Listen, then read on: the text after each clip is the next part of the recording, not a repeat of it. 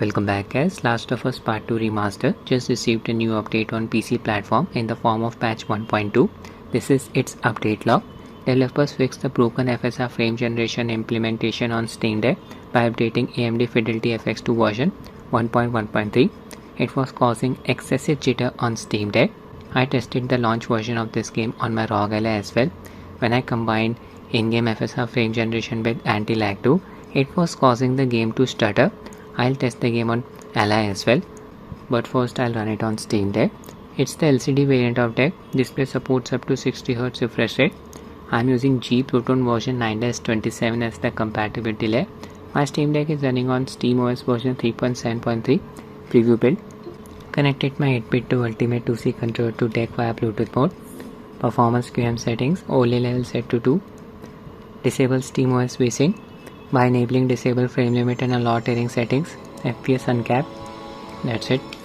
Display settings 800p resolution, frame rate cap 360. XeSS upscaler enable using its balance preset. First I'll run the game without frame generation. Dynamic resolution scaling off. I'll use the Steam Deck preset with post-processing effects disabled like depth of field, motion blur. Chromatic aberration intensity and film grain intensity set to nil. Straightaway jumped into downtown Seattle, one of the most demanding areas in this game. Here FPS is around 35. Animation is looking a bit choppy. Next display does not support VRR.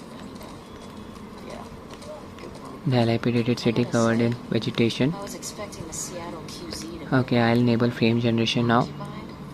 35 to 40 FPS without it. Just set frame generation to FSR, apply, resume the game, and now the display is not vibrating. But I'll be honest, animation does not look smooth. This is expected as the base FPS is on the lower side.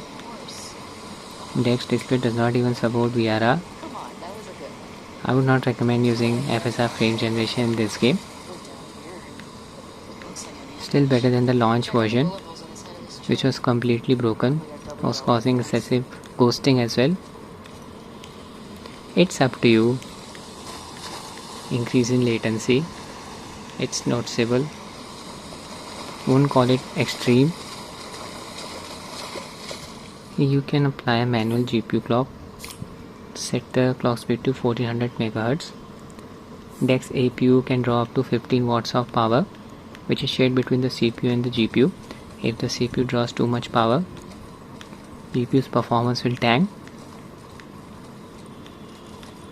So good to see game developers fixing the broken FSR frame generation implementation in this game on Steam Deck. On Buzzite, I was using DLSS enabler mod to enable FSR frame generation. It's not required now. I'll test the game on Rog Ally as well. I have enabled these settings. Upscaler XeSS using its quality preset, 720p resolution. Medium preset with post-processing effects disabled. UMA buffer size is set to 7GB. You can see the VRAM usage here. My Ally is running on BIOS version 341. Lens flare, bloom, motion blur disabled. Install AMD GPU driver Adrenaline Edition version 25.2.1. This is downtown Seattle. I am observing some stuttering. Okay, so this issue is still present. Game stutters when you combine the in-game FSR frame generation implementation with AntiLag 2. Yeah. Latency value 90 milliseconds. When the game stutters, the value changes its color from white to grey. See? Basically gets disabled. So better to just disable AntiLag 2 for a more smooth experience. Keep frame generation on, AntiLag 2 off. Back to the game. Now we are getting 70 FPS. Game is not stuttering. You can just enable AntiLag version 1 on Rog Ally via Adrenaline software. It won't cause the game to stutter with frame generation on.